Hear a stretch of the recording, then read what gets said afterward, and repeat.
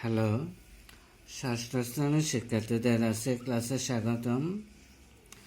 আজকে আমি দেখাবো কোন সংখ্যাগুলো 3 দ্বারা বিভাজ্য, কোন সংখ্যাগুলো 4 দ্বারা বিভাজ্য। আমি আমার আগের ক্লাসে এই বিষয়গুলো নিয়ে মৌলিক আলোচনা করেছিলাম, তোমাদের মনে আছে কিনা? আজকে আমি অঙ্ক করে দেখাবো।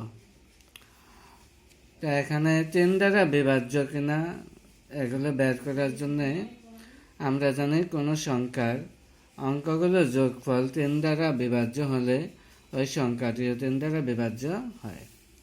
তো এখানে দেখো 545 সংখ্যাটিতে অঙ্কগুলো যোগফল হলো 5 যোগ 4 যোগ 5 সমান 14, যা 3 দ্বারা বিভাজ্য নয়।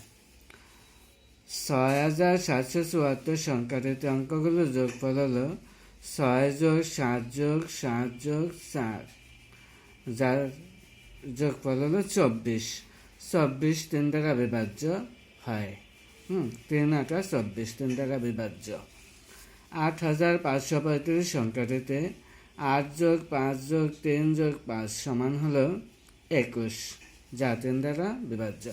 সুতরাং 8545 সংখ্যাটি 3 দ্বারা বিভাজ্য এবং 6774 সংখ্যাটিও 3 দ্বারা বিভাজ্য। তো এবার আমরা দেখব কোন সংখ্যাটি 4 দ্বারা বিভাজ্য। দেখো 545 সংখ্যাটি কিন্তু 3 দ্বারা বিভাজ্য নয়, কারণ এর অঙ্কগুলো যোগফল 3 দ্বারা বিভাজ্য হয় নাই।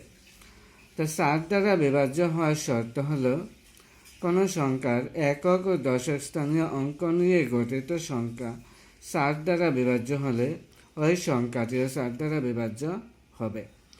আবার একই একক ও দশক উভয় স্থানের অঙ্ক শূন্য হলে সেটিও 4 দ্বারা বিভাজ্য। তো এখানে 8542 এর একক ও দশক অঙ্ক নিয়ে গঠিত সংখ্যা হলো যে একক হলো 2, দশক হলো 4, তাহলে এই দুইটা নিয়ে গঠিত সংখ্যা হলো 42, যা 4 দ্বারা বিভাজ্য নয়। 2184 এর একক ও দশক অঙ্ক নিয়ে গঠিত সংখ্যা হলো যে একক 4, দশক 8, তাহলে সংখ্যাটা হলো 84। 84 4 দ্বারা বিভাজ্য। তারপর দেখো 5274 এর একক ও দশক অঙ্ক নিয়ে গঠিত সংখ্যা হলো 74, এই যে একক এটা দশক, আর এই দুইটা অঙ্ক নিয়ে গঠিত সংখ্যা হলো 74, যা 4 দ্বারা বিভাজ্য নয়। সুতরাং 2184 সংখ্যাটি 4 দ্বারা বিভাজ্য, যেহেতু আমাদের শর্ত মতে এটা মিলছে। এখন আমি তোমাদের একটা বাড়ির কাজ দেব। আমার ক্লাসটা আজকে এই পর্যন্তই। বাড়ির কাজ হলো কোন সংখ্যাটি 6 দ্বারা বিভাজ্য। এখানে 3টা সংখ্যা দেওয়া আছে, কোন সংখ্যাটা 6 দ্বারা বিভাজ্য তা খাতায় করে আমাকে কমেন্টে জমা দেবা।